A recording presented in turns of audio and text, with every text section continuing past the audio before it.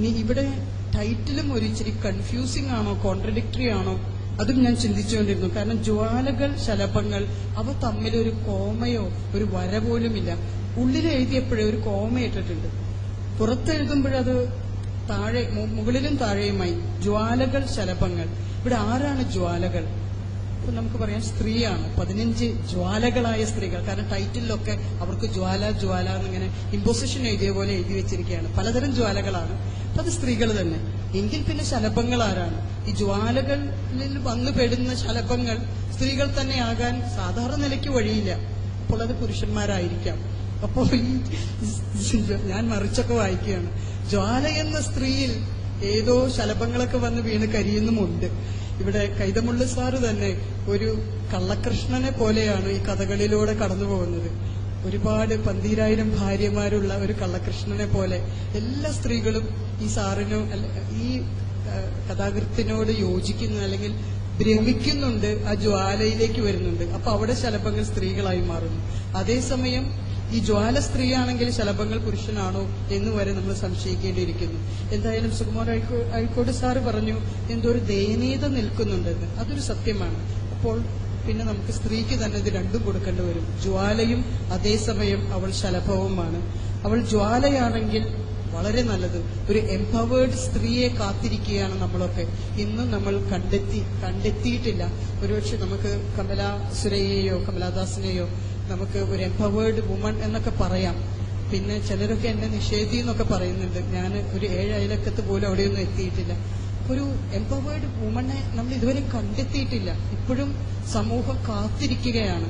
അപ്പൊ അങ്ങനെ ഒരു ജ്വാലകൾ, ഇതിൽ 15 ജ്വാലകൾ അണിനിരന്നെങ്കിൽ ഇവര് ഒരുപക്ഷെ ശലഭങ്ങളായി കാണുന്നുണ്ടെങ്കിലും കരിയുന്നുണ്ടെങ്കിലും ഇവർ എപ്പോഴൊക്കെയോ ജ്വാലകളാണ്. ഒരു കഥയുടെ അവസാനം തന്നെ പോടാപ്പട്ടി എന്ന് പറയുമ്പോൾ പിന്നീട് നമ്മൾ കർട്ടൻ ഇട്ടില്ലെങ്കിൽ അവൾ ശലഭമായി കരിഞ്ഞേനെ എന്ന് പറയുന്നത് എഴുതാപ്പുറ വായനയാണ്. ഒരുപക്ഷെ അവൾ പോടാപ്പട്ടി എന്ന് തന്നെ പറഞ്ഞുകൊണ്ട് അവൾ ജ്വാലയായി തന്നെ മരണം വരെ തുടരാനും ഇടയുണ്ട്. അപ്പോൾ അതൊരു സ്ത്രീ ശക്തിയാണ്, ഒരു എംപവേർഡ് വുമൺ ആണ്. ഈ ഫയർ എന്ന് പറയുമ്പോൾ നമ്മൾ ജ്വാല എന്ന് പറയുമ്പോൾ ശക്തി എന്നൊക്കെ പറയുന്നു. നമ്മൾ പറയുന്നു അത് തീ ശുദ്ധീകരിക്കുകയും ചെയ്യും, നശിപ്പിക്കുകയും ചെയ്യും. 2 പ്രക്രിയയുണ്ട്. ഇതൊക്കെ നമുക്ക് പഴയകാലത്ത് തുടങ്ങി അറിയുന്നതാണ്. ഈ റോബർട്ട് ഫ്രോസ്റ്റ് തന്റെ കവിത, ഒരു കൊച്ചു കവിത എഴുതിയിട്ടുണ്ട്, fire and ice. Fire and ice. അദ്ദേഹം പറയുന്നു ലോകം അവസാനിക്കാനായിട്ട് ഫയർ കൊണ്ട് ലോകം അവസാനിക്കാം. അദ്ദേഹം ഫയർ എന്ന് ഉദ്ദേശിച്ചത് തീയും ഗന്ധകവും ഇറക്കി സ്വതം ഗൊമോറയെ നശിപ്പിച്ചതിന്റെ ഒരു ഓർമ്മയായിരിക്കാം. അവിടെ ഇവിടെ ഫയർ എന്ന് പറഞ്ഞ് അദ്ദേഹം ഉദ്ദേശിച്ചത് പ്രണയത്തിന്റെ തീവ്രതയാണ്, അല്ലെങ്കിൽ അതിന്റെ തെറ്റായ ഒരു വശത്തിലേക്ക് കടക്കുമ്പോൾ ഫയർ കൊണ്ട് ചിലപ്പോൾ ലോകം അവസാനിക്കാം. പിന്നെ അദ്ദേഹം ഐസ് എന്ന് ഉദ്ദേശിക്കുന്നത് സ്നേഹമില്ലായ്മ, പ്രണയമില്ലായ്മ, ഹെയ്റ്റ്രഡ്, വിദ്വേഷം, കോപം, അതുകൊണ്ടും ലോകം അവസാനിക്കാം. അദ്ദേഹം അവിടെയും തമാശ പറയുകയാണ്, ലോകം ഒരുപക്ഷെ ഫയർ കൊണ്ടായിരിക്കും അവസാനിക്കുക, തീയും ഗന്ധകവും ഇറക്കിയാവും അവസാനിക്കുക. ഐസ് എന്ന് പറയുമ്പോൾ വെള്ളപ്പൊക്കം, നോഹയുടെ പ്രളയം, അതൊക്കെ ഓർമ്മ വരാം. പക്ഷെ അദ്ദേഹം പറയാണ് അതേപോലെ തന്നെ ലോകത്തിന് ഐസ് കൊണ്ടും നാശം വരാം. അദ്ദേഹം എപ്പോഴും അങ്ങനെ ഒരു പാരഡോക്സിക്കലായിട്ടാണല്ലോ സംസാരിക്കുക. അപ്പോൾ ആ ഫയർ എന്നൊക്കെ പറയുമ്പോൾ ഇവിടെ ഒരു പ്രണയത്തിന്റെ അറ്റമായിട്ട് വരികയാണ്. അപ്പോൾ ഇവിടുത്തെ ജ്വാല ഇനി അത്തരത്തിലുള്ള ഒരു ജ്വാലയാണോ? അതും ഈ കഥകളിലൂടെ വായിച്ചു വരുമ്പോൾ നമ്മൾ കണ്ടെത്തുന്നുണ്ട്. അതൊരു സൂപ്പർഫിഷ്യൽ വായന കൊണ്ട് മാത്രമല്ല, ഉള്ളിലേക്ക് ഇറങ്ങുമ്പോഴും എന്തൊക്കെയോ ഒരു കണ്ടെത്തലുകൾ നടക്കുന്നുണ്ട്.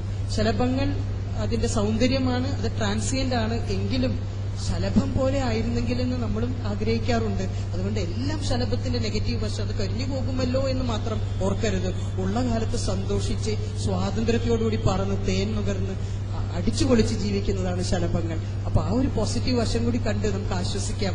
ശലഭങ്ങളാണെങ്കിലും അവർ ഉള്ള കാലം സന്തോഷിക്കുന്നുണ്ടല്ലോ എന്ന് ആശ്വസിക്കാം. ഒരു പെണ്ണനുഭവങ്ങൾ എഴുതിയതിന് ഞാൻ ആണനുഭവങ്ങൾ എന്ന് പറഞ്ഞെങ്കിലും ഞാൻ വീണ്ടും തിരുത്തി അത് പെണ്ണനുഭവങ്ങൾ തന്നെ ആക്കുകയാണ്.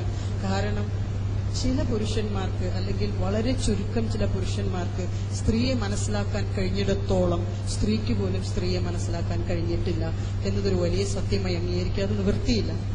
പലപ്പോഴും ഒരു സ്ത്രീയെ വളർത്താനും ഒരു സ്ത്രീയെ കൈപിടിച്ചുയർത്താനും രക്ഷിക്കാനും ഒക്കെ ഒരു പുരുഷനോളം കഴിവും ശക്തിയും ഇപ്പോൾ സമൂഹത്തിൽ ഇപ്പോഴും സ്ത്രീകൾക്ക് ആയിട്ടില്ല എന്നത് ദുഃഖകരമായൊരു സത്യമാണ്. നമ്മൾ പലപ്പോഴും പറയുന്നതാണ് അമ്മായിമ്മ പോരെ അമ്മാനപ്പൻ പോരില്ലല്ലോ എന്നൊക്കെ. അതിന് പല കാരണങ്ങളുണ്ട്. ഒരുപക്ഷെ വേണ്ടത്ര വെന്റിലേഷൻ സ്ത്രീക്ക് കിട്ടാത്തത് കൊണ്ടാകാം, സ്ത്രീക്ക് പുറമേക്ക് ഒരു രക്ഷപ്പെടൽ നടക്കാത്തത് കൊണ്ടാകാം, പല കാരണങ്ങളും ഉണ്ടാകാം. പക്ഷെ പലപ്പോഴും ഒരു സ്ത്രീ തന്നെ സ്ത്രീക്ക് വിനയായിത്തീരുന്നതും ഒരു സ്ത്രീയുടെ വളർച്ചയിൽ അസൂയപ്പെടുന്ന ഒരു മറ്റു സ്ത്രീകളെയും കാണുന്ന അതിപ്പോഴും നിലനിൽക്കുന്നുണ്ട്. അത് സത്യം ഏറ്റുപറയാതെ നിവൃത്തിയില്ല. അപ്പോൾ ഇങ്ങനെ ചില കൈതമുള്ളിനെ പോലെ ചില സ്ത്രീകളുടെ ഹൃദയത്തെ മനസ്സിലാക്കുകയും അവരെ ഉൾക്കൊള്ളുകയും അവരെ വളരാൻ സഹായിക്കുകയും അവർ തളരുമ്പോൾ വേദനിക്കുകയും ഒക്കെ ചെയ്യുന്ന ചില പുരുഷന്മാർ ഈ സമൂഹത്തിൽ, അവരാണ് പല സ്ത്രീകൾക്കും കൈത്താങ്ങ്. സത്യമായിട്ടും അതിൽ ഞാനും കൂടി ഉൾപ്പെടുന്നു. എന്നെയും കൈത്താങ്ങിൽ രക്ഷിച്ച സ്ത്രീകളില്ലെന്ന് ഞാൻ പറയില്ല. പക്ഷെ ഒരുപാട് പുരുഷന്മാരും ഈ സ്ത്രീ അബലയല്ല, അല്ലെങ്കിൽ അബലയാകുമ്പോൾ ഞാൻ താങ്ങാം എന്ന് പറഞ്ഞു വരുന്ന ഈ പുരുഷ സമൂഹം. അപ്പോൾ സ്ത്രീയെ പെണ്ണനുഭവങ്ങളുടെ പുസ്തകത്തിന് ഞാൻ വേദിയിൽ ഒരാളേ ഉള്ളൂ. ഈവൻ സദസ്സിലും സ്ത്രീകളുടെ എണ്ണം നോക്കിയാൽ റേഷ്യോ വളരെ വളരെ കുറവ്. പക്ഷെ ഞാൻ എപ്പോഴും ഇങ്ങനെയുള്ള മണ്ഡലങ്ങളിൽ ചെല്ലുമ്പോൾ പറയും, ഇത് കേൾക്കേണ്ടത് പുരുഷന്മാർ തന്നെയാണ്. നിങ്ങൾ മനസ്സായാലേ സ്ത്രീക്ക് ശക്തി കിട്ടൂ. സ്ത്രീ കേട്ടിട്ട് ഒരു കാര്യവുമില്ല. സ്ത്രീ കേട്ട് വീട്ടിൽ പോയിരിക്കാമെന്നല്ലാതെ സ്ത്രീക്ക് തന്നെ അത് ആർജിച്ചെടുക്കാൻ പറ്റില്ല. സമൂഹം ഒരു പുരുഷ ഓറിയന്റഡ് ആയിട്ടുള്ള, മെയിൽ ഓറിയന്റഡ് ആയിട്ടുള്ള സമൂഹം ഉണ്ടെന്നുള്ള സത്യമാണ്. നമ്മൾ ആരെയും കുറ്റം പറയുകയില്ല. അങ്ങനെ കാലങ്ങളായി വന്നത്. അത് മാറണമെങ്കിൽ പുരുഷൻ തന്നെ മുൻകൈ എടുക്കണം. അത് കൈതമുള്ളി സാറിനെ പോലെയുള്ള നല്ല പുരുഷന്മാർ മുന്നോട്ട് വന്നാൽ ഇത്തരം പുസ്തകങ്ങൾ, ഇത് പുസ്തകമല്ല, പുസ്തകം മാത്രമല്ല, ജീവിതാനുഭവങ്ങളാണ്. അതുകൊണ്ടാണ് ഇത് നമ്മൾ താഴ്ത്തു വെക്കാതെ ഇത് വായിച്ചുകൊണ്ടിരിക്കുന്നത്. ഇതിലെ ഇന്നസെൻസ്, ഇതിലെ ആത്മാർത്ഥത, ഇതിലെ പൊള്ളുന്ന യാഥാർത്ഥ്യങ്ങൾ. സ്ത്രീയെ തൊട്ടാൽ പൊള്ളുന്ന് പറഞ്ഞ പോലെ ഈ കഥകൾ തൊട്ടാലും പൊള്ളും. കാരണം ഇത് ജീവിതമാണ്. ഇതിന്റെ ക്ലൈമാക്സിന്റെ പ്രത്യേകത, എല്ലാ കഥയുടെ അവസാനം നമ്മൾ ഒരു വിധത്തിൽ പ്രതീക്ഷിക്കാത്തതാണ്. ഇത് ഓ ഹെൻറി ട്വിസ്റ്റ് എന്ന് പറയും. ഓ ഹെൻറിയുടെ കഥകളെ അതിന്റെ ക്ലൈമാക്സിലാണ് അതിന്റെ പ്രത്യേകത ഇരിക്കുന്ന പോലെ ഇതിന്റെ കഥകളിലും അങ്ങനെ നമ്മൾ പ്രതീക്ഷിക്കാത്ത എന്തോ അവസാനം കാണും. എത്രയൊക്കെ നമ്മൾ ഊഹിക്കാൻ ശ്രമിച്ചാലും ഡിറ്റക്റ്റീവ് സ്റ്റോറിയുടെ അവസാനം കണ്ടെത്താൻ നമ്മൾ ഒരു 4 വായിച്ചു കഴിഞ്ഞാൽ 5ാമത്തെ നമുക്ക് തന്നെ പറ്റും ഏതാണ്ട് ആരാണ് ഇതിന്റെ കള്ളൻ എന്നൊക്കെ നമുക്ക് മനസ്സിലാക്കാൻ സാധിക്കും. പക്ഷെ ഈ കഥകളിൽ ബുദ്ധിമുട്ട് തന്നെയാണ്. അത് അവസാനം എങ്ങനെയാ അവസാനിക്കുക എന്നുള്ളത് സാറ് തന്നെ പറയണം. അത് വായിച്ചു തന്നെ നമ്മൾ എത്തുകയാണ്. ആ ഒരു ക്ലൈമാക്സിന്റെ ഒരു രസവും ഈ കഥകളിലൂടെ കടന്നു പോകുന്നുണ്ട്. ഈ KG ജോർജിന്റെ ആദാമിന്റെ ഭാര്യയല്ലേ എന്ന് പറഞ്ഞ സിനിമയെക്കുറിച്ച് എത്ര പറഞ്ഞാലും എനിക്ക് മതിയാകാറില്ല. ഇത്രയും ശക്തമായ ഒരു സ്ത്രീ കഥാപാത്രങ്ങൾ ഉൾക്കൊള്ളുന്ന ഒരു സിനിമ, അതും ഒരു പുരുഷനെ അതുണ്ടാക്കാൻ പറ്റിയുള്ളൂ. ഈ സ്ത്രീകളൊക്കെ രംഗത്ത് വന്നിട്ടുണ്ട്. ഇപ്പോൾ ക്യാമറയുടെ മുന്നിൽ നിന്ന് ക്യാമറയുടെ പിന്നിലേക്കുള്ള മുന്നേറ്റം എന്നൊക്കെ ഞങ്ങൾ വലിയ ആവേശത്തോടെ പറയാറുണ്ട്. ഇപ്പോൾ ഡയറക്ടറായിട്ടും ക്യാമറ വുമണായിട്ടും എഡിറ്ററായിട്ടും ഒക്കെ സ്ത്രീകൾ രംഗപ്രവേശം ചെയ്തിട്ടുണ്ട്. പക്ഷെ ഇത്രയും ശക്തമായ അവിടെ ശ്രീവിദ്യ എന്ന അപ്പർ ക്ലാസ്സിലെ സ്ത്രീയെ പ്രതിനിധീകരിച്ച് അവിടെ തോൽവിയടയുന്ന സ്ത്രീകളെ കാണിക്കുന്നുണ്ട്. മിഡിൽ ക്ലാസ്സിലെ സുഹാസിനിയും അവളുടെ അമ്മായിമ്മയും ഒക്കെ ആയിട്ടുള്ള വീണ്ടും ഒരു ദ്വിവ്യക്തിത്വത്തിന്റെ ഉടമയാകുന്ന സ്ത്രീയെ കുറിച്ച് പറയുന്നുണ്ട്. പക്ഷെ താഴെത്തട്ടിലെ ലോവർ ക്ലാസ്സിലെ ആ ഒരു വേലക്കാരി, അവൾ അവസാനം ചെന്നെത്തുന്ന ആ ഷെൽട്ടർ ഹോമിൽ നിന്ന് ഒരു പ്രത്യേക സമയത്ത് എല്ലാവരെയും വിളിച്ചുകൂട്ടി ഓടി രക്ഷപ്പെടുന്ന ആ രംഗം, അത് എന്ന് നടക്കും? അതാണ് ഒരു എംപവേർഡ് വുമൺ. അവൾ തനിയെ രക്ഷപ്പെടുകയില്ല. അവൾ ലോവർ ക്ലാസ്സിലെയാണ്. ഞാൻ പലപ്പോഴും പറയും, സ്ത്രീക്ക് ശക്തി കിട്ടാൻ വേണ്ടി വിദ്യാഭ്യാസം കൂടിയേ തീരുവെന്നൊന്നും പറയാൻ പറ്റില്ല. അവളുടെ മനസ്സിന്റെ ശക്തിക്ക് വിദ്യാഭ്യാസം നല്ലതായിരിക്കാം, പക്ഷെ അത് ഉള്ളവർക്കേ പറ്റൂ എന്നൊന്നും പറയാൻ പറ്റില്ല. ഇവിടെ ഒരു ലോവർ ക്ലാസ്സിലെ ആ സ്ത്രീയാണ് ഇറങ്ങി ഓടുമ്പോൾ, മറ്റെല്ലാവരെയും കൂട്ടി അവൾ നേതാവായി ഇറങ്ങി ഓടുമ്പോൾ അവിടുത്തെ ക്യാമറാമാനും പുരുഷവർഗവും പോലീസും പട്ടാളവും ഒക്കെ തരിച്ചു നിന്നു പോവുകയാണ്. ഈ ഒരു എംപവേർഡ് വുമൺ എന്ന് ജനിക്കും? ഇതുവരെയും ജനിച്ചിട്ടില്ല എന്നെനിക്കൊരു സങ്കടമുണ്ട്. പക്ഷെ പ്രത്യാശയുണ്ട്.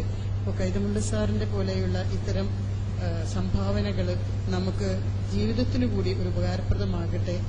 എന്നെ വിളിച്ചതിന് നന്ദി പറഞ്ഞുകൊണ്ട്